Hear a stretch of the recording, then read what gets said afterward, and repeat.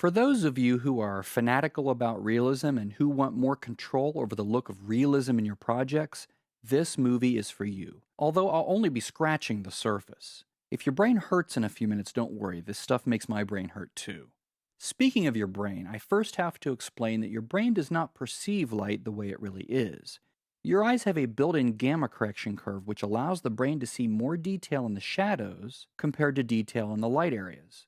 This ordinarily wouldn't be a problem, but as it turns out, After Effects' native method of compositing and working with color, just as in Photoshop, works the way the brain sees the color and light, not the way light actually interacts before it reaches our eyes. The side effect of this weird little phenomenon is that oftentimes the result of compositing, or adding a blur for instance, doesn't look quite right.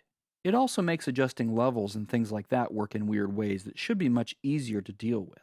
To give you a quick demonstration of how things can work if you apply a little elbow grease, I'm going to use a piece of software created by a Hollywood effects company called The Orphanage and sold by the great people at Red Giant Software. The great thing is that you can have a copy of this software for your own use absolutely free. Just point your browser to www.redgiantsoftware.com. Go to the Products tab and click on Elin. Now you do need to be running the Pro version of After Effects for this software to do its magic, so that's yet one more good reason to add to the many excellent reasons for spending the extra few $100s to get Pro instead of Standard. Here's where you can download the free version with the one caveat. The free version is only for your own learning, with the understanding that you'll purchase the full version when you want to begin making money with it. And they've added a bit of humor here at the bottom. If you understand what software can and cannot do, you'll get the joke. I've already installed Elin into my Pro version of After Effects. However, it has to be set up properly before it'll work. To do that, I will first make sure that my project is set up to 16 bits per channel like in the last movie. Elin will not work if your project is 8 bits per channel. Next, I'll go to my Edit menu, and from the very bottom, I'll choose this menu item, which was added by the Elin plugins, Configure Elin. We're not going to worry about anything too fancy here. We'll just stick with the defaults and click OK. To our project has been added a new folder called ~data. Inside of this is a folder called Elin, and inside of that a folder called Whitepoint. Inside of that a folder called 13.5217.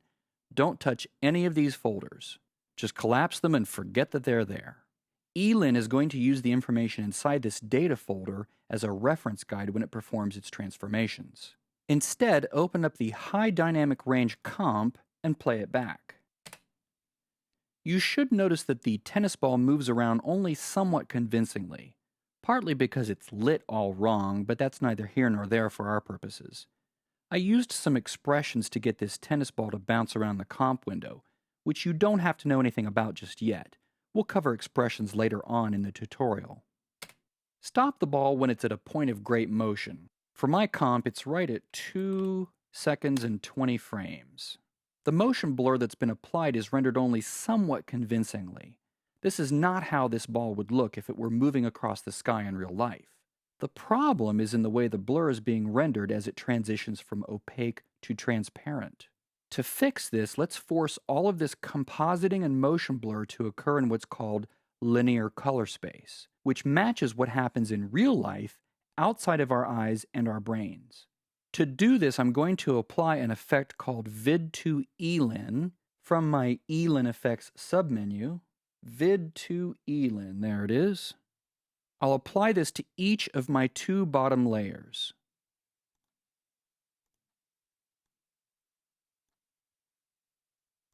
This converts each of these layers from video or gamma-corrected space to linear or non-gamma-corrected space.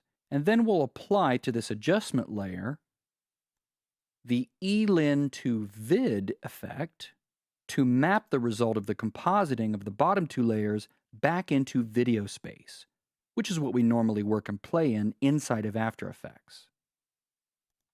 I'm going to temporarily turn off the shadow and highlight effect that I added to this moving layer here. I'll zoom in on this tennis ball, change it to full resolution, and now turning the effects off and then on again, you'll see the difference. Now the blur should look a little bit more realistically composited with the background. Set this back to half. Scale down, I'll turn that one plugin back on. And now check out how the ball moves against the background.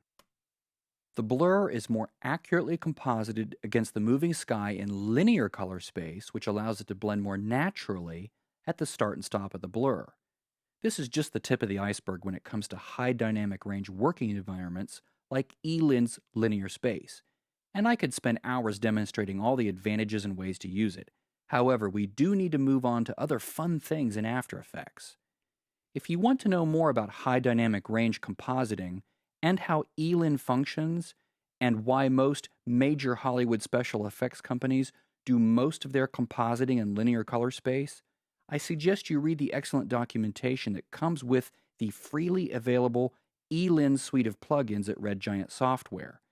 They also have some other very excellent software there as well, although it's not free. We'll look at some of it later on in this tutorial.